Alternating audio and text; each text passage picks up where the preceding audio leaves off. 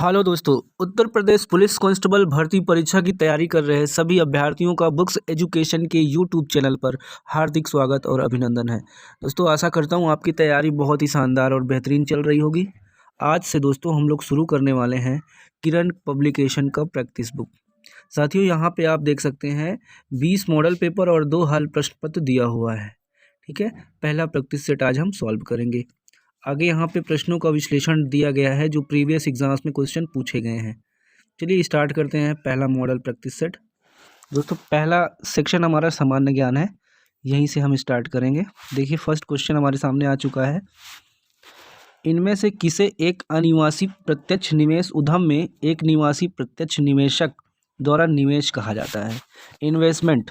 ठीक है दोस्तों, इकोनॉमिक्स से रिलेटेड ये प्रश्न है आपका। ऑप्शन यहाँ आपको दिया हुआ है हेज फंड निवेश, वास्तविक निवेश, जावक निवेश, स्वामित्व निवेश। 4 ऑप्शन आपको दिया हुआ है। राइट आंसर जो हो जाएगा दोस्तों ऑप्शन नंबर तीसरा हो जाएगा, जावक निवेश। चलिए सेकंड क्वेश्चन देखेंगे। भारत में निर्देशी नियोजन इंडिकेटिव प्लानिंग किस पंचवर्षीय योजना में अपनाया गया? ऑप्शन है आपका नवम, चतुर्थ, तृतीय, अष्टम। यहाँ पे दोस्तों राइट आंसर हो जाएगा फोर्थ ऑप्शन अष्टम। ठीक है, चलिए थर्ड क्वेश्चन पे आएंगे। निम्नलिखित में से कौन सी घटना वायसराय लॉर्ड लिटन के समय काल में नहीं मानी जाती? ऑप्शन आप देख सकते हैं। पहला है अफगान युद्ध, दूसरा है बर्मा युद्ध, तीसरा है आर्म्स एक्ट, चौथा है प्रेस एक्ट। अब ये पूछा है हमसे प्रश्न में कि लॉर्ड लिटन किस कार्यकाल में कौन सी घटना नहीं हुई है, बताइए।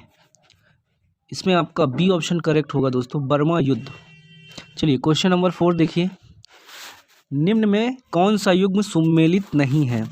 यहाँ पे दोस्तों बताना है कि करेक्ट जो है मैचिंग नहीं है। ठीक है, पहला दिया है मुंडा विद्रोह 1899, दूसरा दिया है वेल्लोर विद्रोह 1806, तीसरा दिया है संथाल विद्रोह 1855, चुआर विद्रोह 1870। इन चारों ऑप्शन में ये बताना है कि इसमें से कौन सा सही सुमेलित नहीं है। यहाँ पे दोस्तों चौथा ऑप्शन देखिए, चुआर विद्रोह, ये गलत है। ठीक है, बाकी सारे ऑप्शन यहाँ पे करेक्ट है। पांचवा प्रश्न है फिफ्थ वाला, फौसा मैग्ना। देखिए फौसा मैग्ना एक क्या है?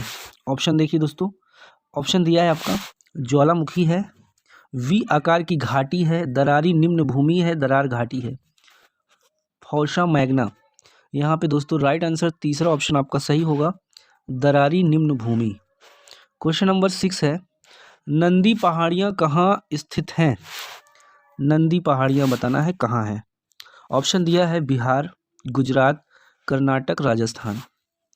राइट आंसर हो जाएगा आपका थर्ड ऑप्शन कर्नाटक। अगला प्रश्न है, निम्नलिखित में से कौन सा गजल गायिका से संबंधित नहीं है? देखिए यहाँ पे ऑप्शन दिया है नाम के साथ, बताना है कौन गजल गायिका नहीं है। देखिए ऑप्शन ए है बेगम अख्तर, दूसरा है मल्लिका पुखराज, तीसरा है पिनाज मसानी, चौथा है हरी भाई वाडकर। कौन गजल गायिका नहीं है? तो दोस्तों ऑप्शन आपका यहाँ पे करेक्ट हो जाएगा चौथा वाला, हरी भाई वाडकर। ठीक है, चलिए आठवां प्रश्न है, दास वंश की स्थापना किसने की थी? दास वंश की स्थापना किसने की थी? ऑप्शन एक दिया है नसीरुद्दीन महमूद, बी वाला दूसरा ऑप्शन है रजिया सुल्तान। चलिए तीसरा ऑप्शन देखते हैं। चलिए देखिए दोस्तों, तीसरा ऑप्शन है कुतुबुद्दीन ऐबक, और चौथा ऑप्शन है फोर्थ वाला गैसुद्दीन बलबन। बताइए क्या हो जाएगा इसका आंसर? दोस्तों इस प्रश्न का आपका राइट आंसर तीसरा ऑप्शन हो जाएगा, कुतुबुद्दीन ऐबक। ठीक है, क्वेश्चन नंबर 9 आएंगे।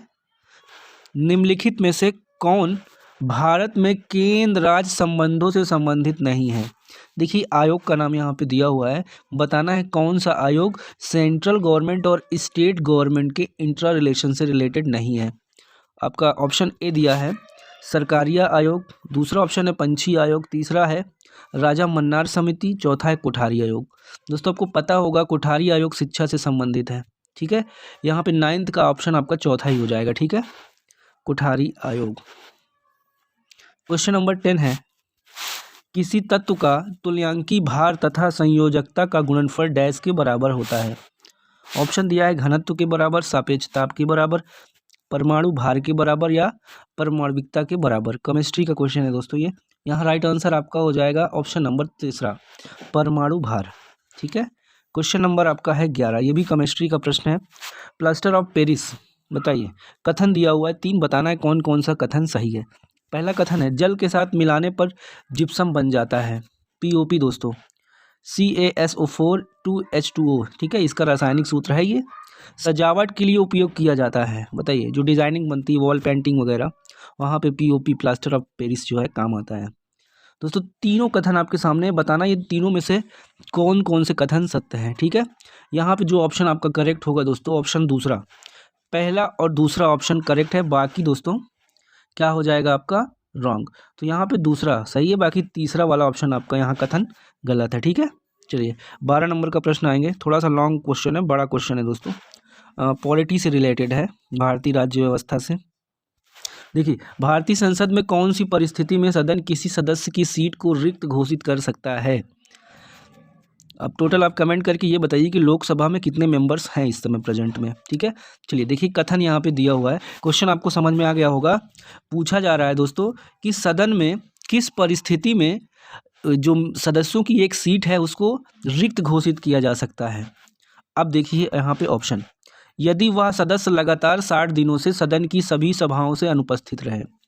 अगर 60 दिन तक वो भाग नहीं लेता कंटिन्यू, तो उसको बर्खास्त करके सीट उसकी रिक्त कर दी जाएगी। अब देखिए दूसरा ऑप्शन है, यदि वह सदस्य लगातार 45 दिनों से सदन की सभी सभाओं में अनुपस्थित, एब्सेंट रहता हो। ठीक है, तीसरा है आपका, यदि वह सदस्य लगातार 30 दिनों से सदन की सभी सभाओं से अनुपस्थित हो, 30 दिन यहाँ पे दिया हुआ है। अब देखिए चौथा ऑप्शन देखिए दोस्तों, यदि वह सदस्य लगातार 21 दिनों से सदन की सभी सभाओं में अनुपस्थित रहे। कुल मिला के 60, 45, 30, 21 दिन का मामला यहाँ पे चल रहा है। ठीक है, तो दोस्तों यहाँ जो करेक्ट हो जाएगा आपका ऑप्शन नंबर यहाँ पे पहला, अगर कोई भी सांसद किसी भी लोक सेवा क्षेत्र से जुड़ा हो, ठीक है, चाहे राज्यसभा का मामला हो चाहे लोकसभा का, अगर वो 60 दिन तक अगर लगातार कार्रवाई संसद में चल रही है वह अनुपस्थित रहेगा, तो क्या करेंगे लोकसभा स्पीकर उनकी सदस्यता रद्द कर देंगे और जो एक सीट होगी उनकी जगह किसी या तो इलेक्शन होगा दोबारा से, या फिर राज्यसभा में जिस प्रक्रिया है उसके तहत एक सीट उनको अलॉट हो जाएगी। ठीक है, चलिए क्वेश्चन नंबर 12 कंप्लीट होता है। 13 देखिए, भारत में प्रायः 3 संसदीय सत्र होते हैं। देखिए पहला है बजट सत्र, मानसून सत्र। ठीक है, तीसरा आपको नाम बताना है कौन सा हो जाएगा। बजट सत्र दोस्तों आपको पता है फरवरी में ही होता है। मानसून सत्र बारिश के समय की, या और एक आपको बताना है जो ठंडी के समय सेशन चलता है लोकसभा में, उसको क्या कहते हैं। ऑप्शन देखिए यहाँ पे दोस्तों दिया हुआ है, शरद ऋतु सत्र, आगे आएंगे ग्रीष्मकालीन सत्र या शीतकालीन सत्र।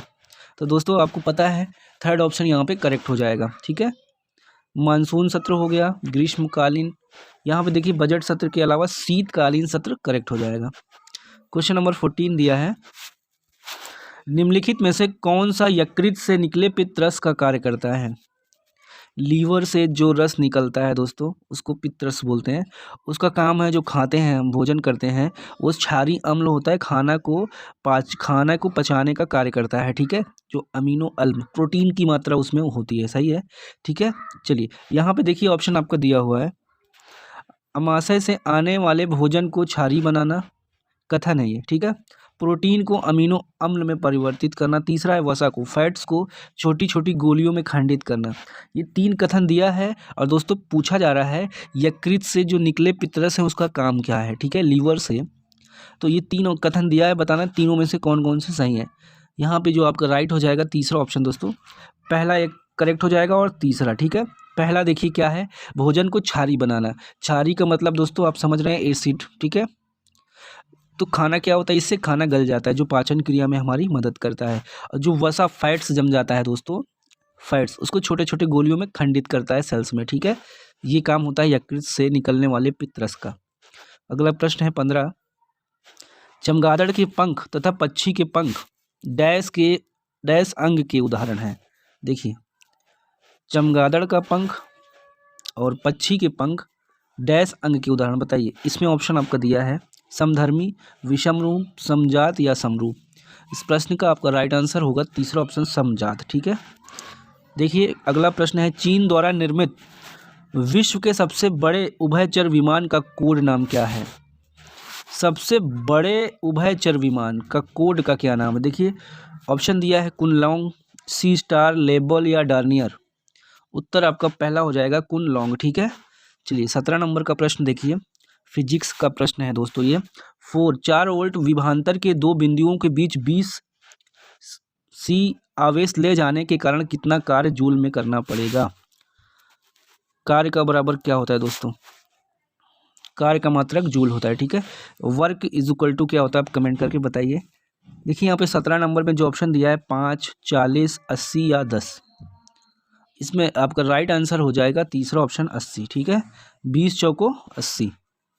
चलिए अगला देखिए दोस्तों, 18 नंबर का प्रश्न है, निम्नलिखित में से क्या जम्मू कश्मीर में स्थित है? ये जगह है दोस्तों, राष्ट्रीय उद्यान है, वन्य जीव अभ्यारण्य है, इसमें से बताना है कौन सा राष्ट्रीय उद्यान या वन्य जीव अभ्यारण्य जम्मू कश्मीर में स्थित है। पहला ऑप्शन है दाचीग्राम राष्ट्रीय उद्यान, पाखल वन्य जीव अभ्यारण्य, बाल प्रक्रम राष्ट्रीय उद्यान या जलदापाड़ा राष्ट्रीय उद्यान। ये 4 दिया है ऑप्शन में, यहाँ बताना है जम्मू कश्मीर में कौन सा स्थित है। दोस्तों पहला ऑप्शन यहाँ पे आपका करेक्ट होगा, दाचीराम राष्ट्रीय उद्यान। ठीक है, आपका आंसर करेक्ट आ रहा है। चलिए 19 नंबर का प्रश्न देखेंगे हम, शानदार प्रश्न है, ये भी फिजिक्स का क्वेश्चन है दोस्तों, इन्वायरमेंट का है। ठीक है, चलिए यहाँ पे देखिए, डैश की शक्ति के परिमाण को रिएक्टर पैमाने पर व्यक्त किया जा सकता है। आपको पता है रिएक्टर का पैमाना कहाँ पे हम मापन करते हैं? ऑप्शन देखिए, टॉर्नेडो, ज्वालामुखी, भूकंप या तड़ित झंझावात। यहाँ दोस्तों करेक्ट ऑप्शन आपका भूकंप होगा। ठीक है, भूकंप की अगर हमें तीव्रता नापनी है, कितनी स्पीड में आया है भूकंप, तो उसको हम लोग रिएक्टर पैमाने पर एनालिसिस करते हैं। चलिए क्वेश्चन नंबर 20 है, कंप्यूटर का क्वेश्चन है। देखिए कंप्यूटर के संदर्भ में ट्रैकर बॉल एक डैश डिवाइस है। दोस्तों माउस में आप देखते हैं ट्रैकर बॉल लगा होता है, बताना है वो कौन सा डिवाइस है? स्टोरेज, प्रोसेसिंग, इनपुट या आउटपुट डिवाइस। ऑप्शन सी यहाँ पे दोस्तों करेक्ट होगा, इनपुट डिवाइस। 20 प्रश्न हो गए हैं दोस्तों। चलिए 21 नंबर पे अब हम आते हैं। देखिए 21 नंबर का प्रश्न दिया हुआ है, भारत के किस राज्य में लिंगानुपात न्यूनतम है? दोस्तों लिंगानुपात क्या होता है? Sex ratio. ठीक है, यहाँ पे फीमेल और मेल का कॉम्बिनेशन होता है अनुपात, जैसे प्रति 100 पुरुषों पे कितनी महिलाएं हैं, हमें तो 1000 में आंकड़ा देना पड़ता है दोस्तों। आप बताइए 2011 की जनगणना के अनुसार भारत का लिंगानुपात क्या है, रेशियो अब बताइए। यहाँ पे प्रश्न हमसे ये पूछा गया है कि भारत के किस राज्य में लिंगानुपात सबसे कम है। दोस्तों आपको पता है बेटी पढ़ाओ बेटी बचाओ योजना हरियाणा से शुरुआत की गई थी, इसकी ब्रांड एम्बेसडर माधुरी दीक्षित को बनाया था। दोस्तों यही कारण था कि वहाँ पे लिंगानुपात, लड़कियों की संख्या लड़कों के मुकाबले काफ़ी कम थी, इस वजह से जागरूकता के लिए ये योजना स्टार्ट की गई थी। ठीक है, हरियाणा यहाँ आपका करेक्ट हो जाएगा। चलिए दूसरा अगला प्रश्न है 22 नंबर का, भारत के कौन सा राज्य की साक्षरता दर अधिकतम है? एजुकेशन रेट, लिटरेसी रेट सबसे ज़्यादा कहाँ की है? दोस्तों आपको पता है केरल में सबसे ज़्यादा शिक्षित लोग हैं, 95% से अधिक लोग एजुकेटेड है वहाँ पे। चलिए 23 नंबर का प्रश्न है, मज्जा कोलेजन के गठन में कौन सा विटामिन मदद करता है? Vitamin B6, vitamin C, vitamin B12, vitamin A. 23 का दोस्तों दूसरा ऑप्शन आपका सही हो जाएगा, विटामिन सी। देखिए 24 नंबर का प्रश्न है, जनहित याचिका PIL मामले पर न्यायाधीश के निर्णय के संबंध में निम्न में से कौन सा सही है? देखिए दोस्तों ए ऑप्शन आपका करेक्ट देखना पड़ेगा पहले। एक जनहित याचिका के परिणामस्वरूप अदालत ने घोषित किया कि रस्सियों से हथकड़ी लगाना और बांधना अमानवीय है और मानव अधिकारों का पूर्ण उल्लंघन है। देखिए ये है पहला कथन। दूसरा क्यों कथन दिया है, जनहित याचिका के परिणामस्वरूप अदालत ने फैसला सुनाया कि किसी भी मामले में असाधारण मामलों को छोड़कर एक बच्चे को जेल नहीं भेजा जा सकता। कथन 2 है यहाँ आपके सामने, बताना है दोनों में कौन कौन से कथन सही है।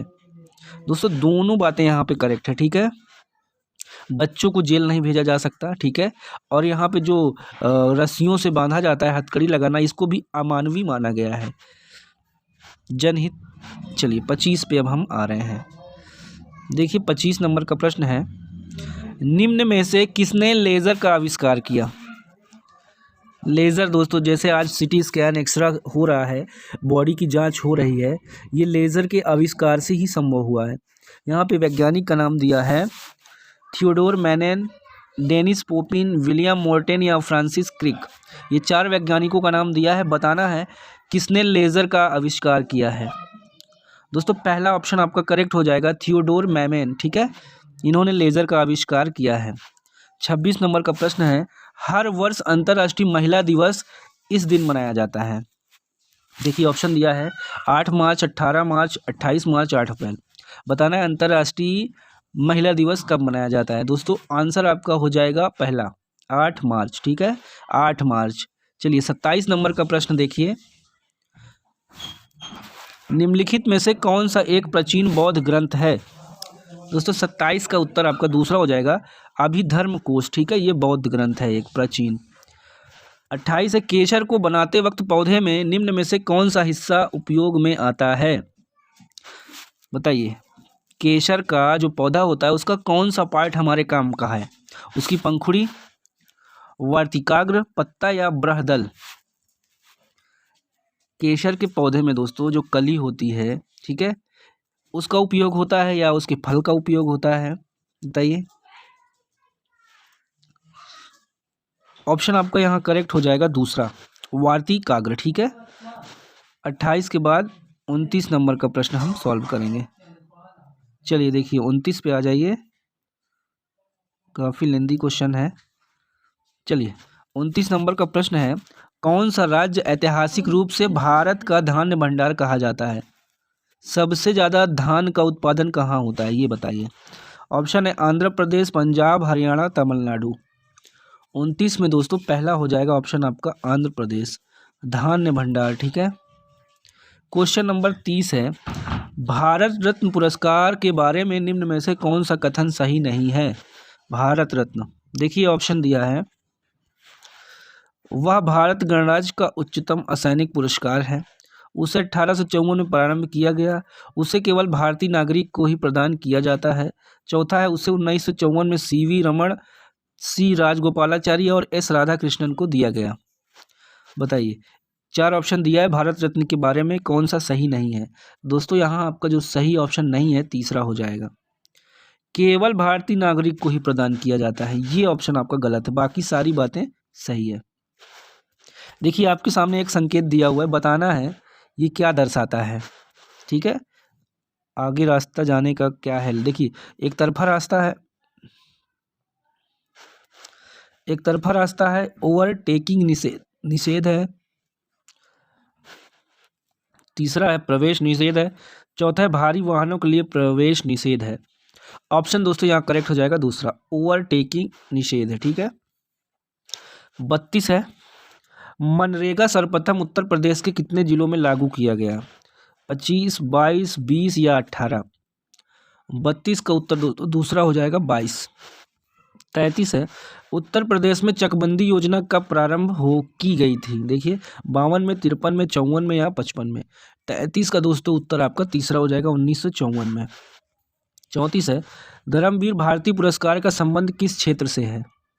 शिक्षा से है, पत्रकारिता से है, साहित्य से है या संगीत से।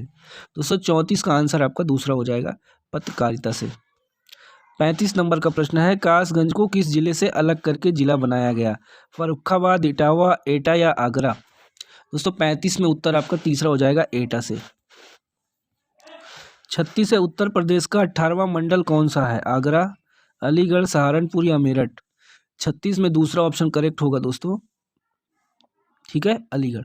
देखिए आखिरी क्वेश्चन जीके के पार्ट का, राज्य का प्रथम गंगा हेरिटेज जोन कहाँ बनाया गया है। इलाहाबाद, वाराणसी, कानपुर या फतेहपुर।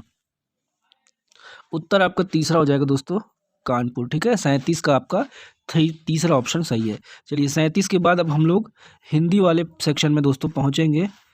37 के बाद 38 भी है, ठीक है। चलिए इसको भी सॉल्व करते हैं। उत्तर प्रदेश में प्रथम खेल गांव की स्थापना की गई। बताइए, आगरा में, इलाहाबाद में, मेरठ में या लखनऊ में। 38 का दोस्तों उत्तर पहला हो जाएगा आगरा में, ठीक है, आगरा में। चलिए 39 नंबर देखेंगे अब। निम्नलिखित वाक्यों में से शुद्ध वाक्य का पहचान कीजिए। हिंदी का सेक्शन दोस्तों। राधा घर नहीं है, राम पाठशाला में बैठा है। शुद्ध हमको पहचानना है दोस्तों, ठीक है। आप अवश्य सुने होंगे, मैंने एक नाटक का अनुवाद किया। इन चारों सेंटेंस के में दोस्तों जो शुद्ध वाक्य हो जाएगा आपका ऑप्शन नंबर चौथा हो जाएगा, ठीक है। मैंने एक नाटक का अनुवाद किया। 40 देखिए, बूंद अघात सहिम किरी कैसे, खल के बचन संत सह जैसे। देखिए इस पंक्ति में कौन से अलंकार का प्रयोग हुआ है। ऑप्शन है विभावना, दृष्टांत, रूपक या उपमा। 40 में दोस्तों दूसरा ऑप्शन आपका क्या होगा, करेक्ट हो जाएगा, ठीक है। 40 में दूसरा सही होगा, दृष्टांत। 41 देखिए, रघुकुल रीति सदा चली आई, प्राण जाई पर वचन न जाई। प्रस्तुत पंक्ति में कौन सा अलंकार प्रयुक्त हुआ है। ऑप्शन है देखिए अनंत्या अनुप्रास, सूत्रानुप्रास, वृत्त्यानुप्रास, लाटानुप्रास। दोस्तों इसमें जो उपयोग हुआ है पहला हो जाएगा, ठीक है, अनत्यानुप्रास, ठीक है। अनुप्रास अलंकार मोटा मोटा याद रखिएगा। क्रिया के मूल रूप को डैश कहते हैं, बताइए। धातु कहते हैं, काम कहते हैं, पुरुष कहते हैं या काल कहते हैं। 42 का दोस्तों सही उत्तर पहला हो जाएगा, धातु, ठीक है। 43 देखिए, परमेश्वर का देखिए दोस्तों, परमेश्वर का सही संधि विच्छेद बताना है। देखिए, पर धर ईश्वर, परम धन ईश्वर, परमेश्वर, परमा ईश्वर। परमेश्वर का आपका संधि विच्छेद हो जाएगा दूसरा, परम धन ईश्वर, ठीक है। क्वेश्चन नंबर 44, डैश लड़का बहुत चालाक है, वे वह, देखिए वे उस वह, ठीक है। तो क्या यहाँ पे सुटेबल फॉर्म में अप्लाई होगा। 44 में दोस्तों चौथा, वह लड़का बहुत चालाक है, ठीक है। 45 है, निम्नलिखित में से कौन सा विकल्प भविष्य काल का द्योतक है। मुझे दिल्ली जाना है, सोहन पढ़ाई कर रहा है, गीता खाना पका रही है, उसने मुझे पुस्तक दी। ये 4 सेंटेंस आपका दिया है, बताना है भविष्य काल में कौन सा होगा। इसमें आंसर दोस्तों आपका पहला हो जाएगा, जाना है, फ्यूचर में जाना है, ठीक है। 46, निम्नलिखित में से कौन सा शब्द विशेषण है। तालव्य है, परिष्कार है, पुरुष है, कुटुंब है। 46 में दोस्तों उत्तर आपका पहला ऑप्शन हो जाएगा, तालव्य, ठीक है। चलिए 46 के बाद आ जाइए 47 नंबर के प्रश्न पे। विलोम शब्द दोस्तों बताना है यहाँ पे, ठीक है। अल्प का विलोम क्या होगा। अल्प का विलोम बहु हो जाएगा, ठीक है। अंबर का देखिए समानार्थक शब्द नहीं है, बताना है दोस्तों। देखिए अंबर में देखिए कौन सा शब्द मूल शब्द का समानार्थक शब्द नहीं है, ठीक है, उसके समान अर्थ देने वाला नहीं है। तो यहाँ पे 48 का चौथा हो जाएगा, धातु, ठीक है। अब देखिए अगला प्रश्न है यहाँ पे, कौन सा शब्द मूल शब्द का पर्यायवाची। नीचे झूठ लिखा हुआ है, झूठ का पर्यायवाची चारों ऑप्शन में कौन सा नहीं है। मिथ्या, वचन, मृषा या असत्य। इसमें सही हो जाएगा दोस्तों आपका दूसरा ऑप्शन, वचन, ठीक है। वचन झूठ का पर्यायवाची नहीं है। 50 देखिए, निम्न में से कौन सा चिन्ह योजक चिन्ह के रूप में प्रयोग किया जाता है। योजक चिन्ह तीसरा हो जाएगा, ठीक है। चलिए 50 के बाद 51 पे हम अब आते हैं। 51 में दोस्तों 4 वाक्य दिया हुआ है, बताना है वाक्य में अपूर्ण वर्तमान काल कौन सा है। देखिए पार्थ खेलता है, पार्थ खेल रहा है, पार्थ खेलता होगा, पार्थ खेल रहा होगा। बताना है कौन सा अपूर्ण वर्तमान काल है, कौन सा वाक्य। यहाँ आपका राइट आंसर हो जाएगा दोस्तों 51 में दूसरा, पार्थ खेल रहा है, ठीक है। खेल रहा है, अभी पूरा नहीं हुआ है, अपूर्ण है, ठीक है, खेल रहा है। चलिए 52 आ जाइए। 52 में दिया है वाक्य में संदिग्ध भूतकाल बताना है। संदिग्ध भूतकाल सेंटेंस देखिए पहला दिया है, मैंने निबंध लिखा है, मैंने निबंध लिखा, मैंने निबंध लिखा होगा। यहाँ देखिए दोस्तों संदिग्ध बात आ रही सामने। चौथा, यदि मैंने निबंध लिखा होता तो मुझे इनाम अवश्य मिलता। 52 में तीसरा दोस्तों, ठीक है, लिखा होगा, इनको ही कंफर्म नहीं है, ठीक है, तो ये संदिग्ध भूतकाल हो जाएगा। चलिए क्षीर का पर्यायवाची शब्द बताना है। क्षीर का देखिए, खीर ऑप्शन दिया है, खीर, जल, दूध, नीर। तो क्षीर का जो पर्यायवाची हो जाएगा ऑप्शन नंबर तीसरा, दूध हो जाएगा। 54 नंबर का प्रश्न है, संस्कृत से विकृत होकर आने वाले शब्द को क्या कहा जाता है। देशज, प्रांतीय, तद्भव या तत्सम। 54 का उत्तर तीसरा हो जाएगा, तद्भव, ठीक है। 55 है, निम्नलिखित में से तत्सम शब्द कौन सा है? अस्थि है, बेगम है, चपरासी है, जमीन है। दोस्तों 55 में आपका उत्तर हो जाएगा ऑप्शन नंबर पहला, अस्थि। ठीक है, चलिए 56 से 60 दोस्तों यहाँ पे पैसेज दिया हुआ है। ठीक है, काफ़ी लंबा पैसेज है, इसको हम स्किप करेंगे दोस्तों। ठीक है, चलिए फिलहाल हम इसके क्वेश्चन देख लेते हैं। देखिए 63 पे आइए। छाया है माथे पर आशीर्वाद सा, पंक्ति में कौन सा अलंकार है? दोस्तों इसमें आपका तीसरा हो जाएगा उपमा अलंकार। ठीक है, छाया का माथे से रिलेशन है। ठीक है, उपमा दी। 64 है, उसके बात करने का तरीका मुझे अत्यंत डैश करता है, दिए गए विकल्पों में से सही का चयन करके रिक्त स्थान की पूर्ति करें। ऑप्शन दिया है प्रभावित, प्रचारित, अनुशासित, संतुलित। 64 में दोस्तों पहला ऑप्शन प्रभावित हो जाएगा। 65 है, मैंने आम खा लिया, वाक्य में प्रयुक्त काल कौन सा है? पूर्ण भूतकाल, हेतु हेतु, मध्य भूतकाल, अपूर्ण भूतकाल, आसन्न भूतकाल। 65 में दोस्तों आपका चौथा ऑप्शन हो जाएगा आसन्न भूत। ठीक है, 66 अनुशासन सफलता की डैश है, दिए गए विकल्पों में से सही का चयन करके रिक्त स्थान की पूर्ति करें। ऑप्शन पहला है कुंजी, दूसरा है जड़, तीसरा उन्नति, चौथा है प्रगति।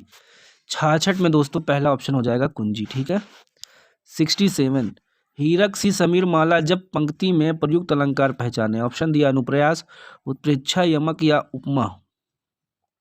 67 का आपका चौथा ऑप्शन करेक्ट हो जाएगा। 68 देखिए, आटे में थोड़ा नमक डालें, वाक्य में प्रयुक्त उदाहरण व्याकरण पहचाने। देखिए आटे में थोड़ा नमक डालें, वाक्य में प्रयुक्त व्याकरण पहचाने। इस वाक्य में व्याकरण का कौन सा? देखिए ऑप्शन पहला अनिश्चित परिणामवाचक, प्रत्येक बोधवाचक, संकेतवाचक, पूर्ण संख्यावाचक। ठीक है, यहाँ पहचानिए क्या है इसमें व्याकरण का प्रयोग हुआ है। 68 में दोस्तों आपका उत्तर हो जाएगा पहला। ठीक है, अनिश्चित परिणामवाचक। ठीक है, आटे में थोड़ा नमक डालें, ये परिणामवाचक है। चलिए 69 देखिए, निम्न वाक्य में त्रुटि का चयन करें। जीवन और मरण विधाता के हाथ में है, और पहला विधाता, दूसरा में है के हाथ, जीवन और मरण। 69 का उत्तर आपका चौथा हो जाएगा, जीवन और मरण। 70 देखिए, दिए गए विकल्पों में से पंडित का स्त्रीलिंग कौन सा होगा? देखिए ऑप्शन दोस्तों चारों आप देख सकते हैं, सही ऑप्शन आपका यहाँ पे चौथा हो जाएगा, पंडिताइन। ठीक है, पंडिताइन। 71 देखिए, अखियाँ हरि दर्शन की भूखी, कैसे रहे रूप रस राजी, ए बतिया सुनी साखी। बताना है कौन सा रस है इन पंक्तियों में? संयोग श्रृंगार रस, वीर रस, वियोग श्रृंगार रस, शांत रस। दोस्तों इसमें उत्तर आपका हो जाएगा तीसरा, वियोग श्रृंगार रस। ठीक है, पीड़ा, तकलीफ, दुख, दर्द अगर कहीं पे फील होता है, बयां होता है तो। चलिए आ जाइए, क्वेश्चन नंबर हमारा 72 आ चुका है। कनक कनक ते 100 गुनी, मादकता अधिकाय, या खाए बौरात नर व पाए बौराए। इसमें बताना है कौन सा अलंकार होगा? उपमा, यमक, अनुप्रास, श्लेष। दोस्तों 72 का उत्तर आपका दूसरा हो जाएगा, यमक अलंकार। 73 देखिए, मंगल भवन। देखिए दोस्तों 73, मंगल भवन अमंगलहारी, द्रहु सुदशरथ अजिर बिहारी। पंक्तियों में छंद बताना है कौन सा है? सूरठा है, सवैया है, चौपाई है, दोहा है। 73 में दोस्तों आपका उत्तर हो जाएगा तीसरा ऑप्शन। ठीक है, चौपाई है ये। 74 में निम्नलिखित में से कौन सी पुस्तक रामचंद्र शुक्ल द्वारा लिखी गई है? कविता के प्रतिमान, यम गाथा, हिंदी साहित्य का इतिहास, निबंध संग्रह।